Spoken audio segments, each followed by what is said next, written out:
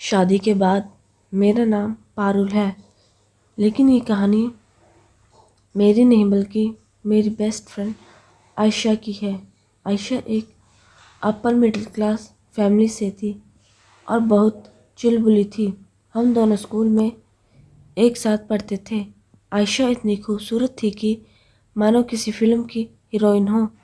आयशा अपने घर अकेली बेटी थी और इसलिए उसे बचपन से ही खूब प्यार मिला था।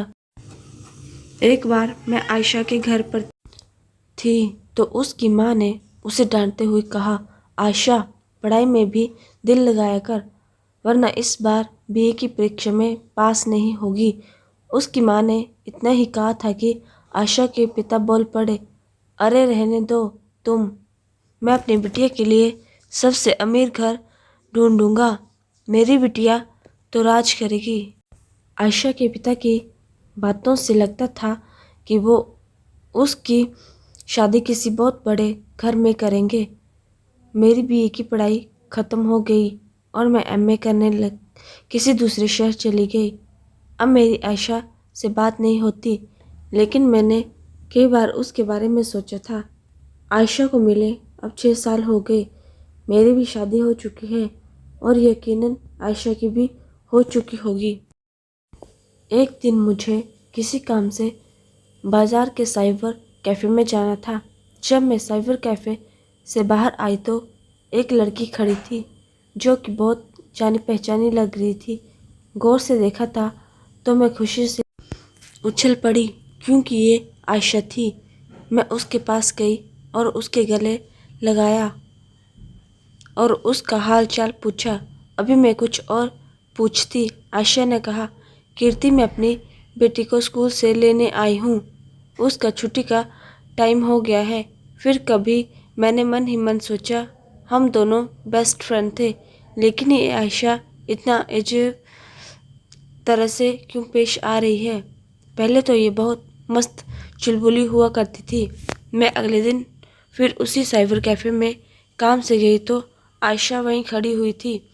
इस बार मैंने उसका हाथ पकड़ा और पास के कॉफ़ी शॉप में ले गई और कहा, आयशा क्या हुआ तुम्हें? मुझे तुम उदास लग रही हो। घर पर सब ठीक तो है? आयशा ने अकपके मन से कहा कि हाँ सब ठीक है, लेकिन मैं जानती थी कि कुछ तो गड़बड़ है। मैंने फिर उसे समझाया कि आयशा मैं तुम्हारी बेस्ट फ्रेंड हूँ। अगर तुम अपनी प्रॉब्लम मुझे नहीं बताओगी तो किसे बताओगी? मेरे जोर देने पर आयशा ने बताया कि बीए फाइनल ईयर में मेरी शादी तय हो गई थी और मैंने खुशी में अपनी बीए भी पूरी नहीं की। लड़के वालों ने झूठ बोला कि उनका खानदान बहुत अच्छा है और लड़का किसी बड़ी कंपनी में इंजीनियर है, लेकिन शादी के बाद पता चला कि लड़का कोई छोटी मोटी नौकरी करता है और सास ससुर तो बहुत ही ताने मारते थे।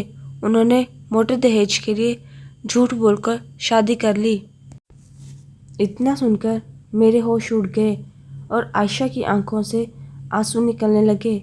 उसने बताया, इतना ही नहीं, जब भी उसका पति घर आता तो शराब पीकर आता और रोज उसे मारता।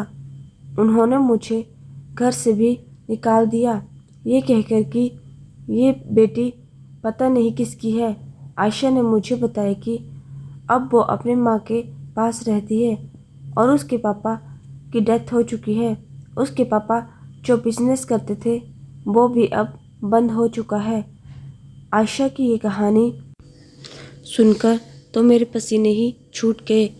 दोस्तों, हर माँ बाप हमेशा यही कोशिश करते हैं कि उनकी बेटी की शादी किसी बड़े घर में हो और वो पूरी उम्र राज करे, लेकिन कई बार किस्मत को कुछ और ही मंजूर होता है।